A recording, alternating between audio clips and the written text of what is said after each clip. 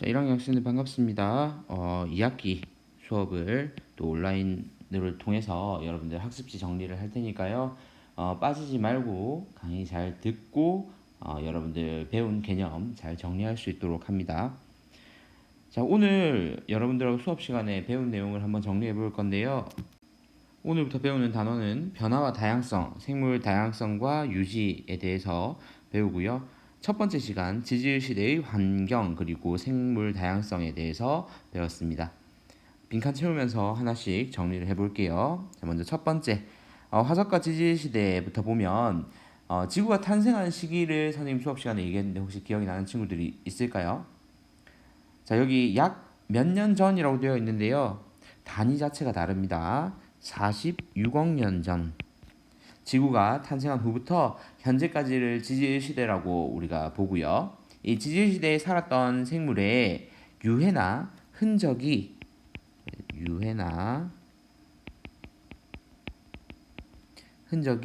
지층 속에 보존되어 있는 것을 우리는 화석이라고 얘기를 합니다.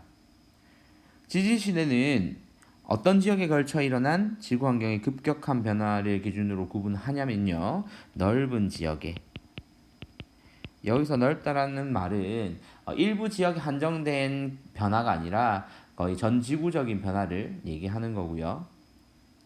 성캄브리아 시대 이후 화석에 나타나는 생물계의 큰 변화를 오래된 순서부터 배치를 하면 일단 여기 앞에 조건이 있습니다. 선캄브리아 시대 이후부터예요. 그러면 고생대, 중생대, 신생대로 구분합니다.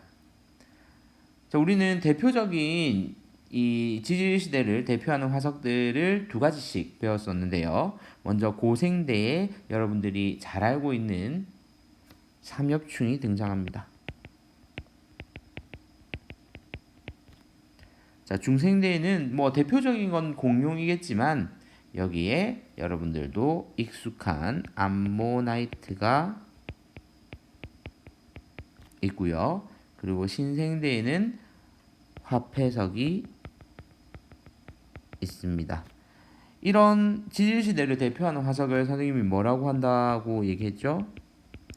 표준 화석이라고 얘기했죠. 자, 여기까지 수업 내용 잘 기억하고 있기를 바라고요. 자, 다음 두 번째 넘어가 보도록 하겠습니다.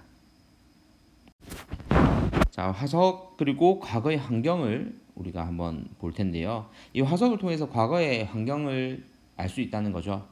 자, 생존 기간이 일단 길어야 됩니다. 아까처럼 한 시대만 살았던 애들에 비해서 좀 더 오랜 기간 동안 산 생명이 필요하겠죠. 생존 기간이 길고 특정 환경에만 서식하는 생물의 화석을 조사를 하게 되면 그들이 살았던 당시 기후 그리고 수륙 분포, 대륙의 이동 이런 정보들을 얻을 수가 있습니다. 그래서 우리는 이런 화석을 뭐라고 한다 했죠? 시상화석이라고 얘기를 했죠. 자, 첫 번째 산호화석이 발견되는 지층이 만들어질 당시의 환경 지금 예시를 드는 겁니다. 일단 산호가 사는 바다를 떠올리면 먼저 수온이 높죠. 수온이 높고 수심은 얕습니다. 그리고 깨끗한 바다였음을 우리가 알 수 있고요. 그리고 고사리 화석이 발견되는 지층이 만들어질 당시의 환경은 따뜻하고 습도가 높은 숲이었다고 추측할 수가 있습니다. 이처럼 화석을 이용해서 과거 지구의 수륙 분포 변화도 알 수 있는 거죠. 바다였는지 그리고 육지였는지 이런 정보를 알 수 있습니다. 자, 그리고 지질시대의 환경과 생물의 변천을 한번 알아보도록 하겠습니다. 밑으로 조금 더 내려서 볼게요. 자, 성캄브리아 시대에서 남세균이 출현을 한다고 했죠. 얘 같은 경우에는 광합성 세균이라고도 부릅니다. 그래서 광합성을 시작하니까 결과물로 생성물로 산소가 나오기 시작하죠. 그리고 이때 최초의 다세포 생물이 출현합니다. 그리고 고생대에서는요, 생물이 육지로 진출할 수 있었던 이유가 이 고생대에서는 무엇이 형성되었기 때문이죠? 오존층이 형성되었기 때문입니다. 그리고 어류하고 양서류가 폭발적으로 증가했던 시기이기도 하고요. 자, 그 다음 중생대입니다. 전반적으로 기후가 온난화였고요. 이산화탄소 배출로 인한 지구의 온실 효과 때문이었죠. 그리고 이때 파충류가 번성을 하였습니다.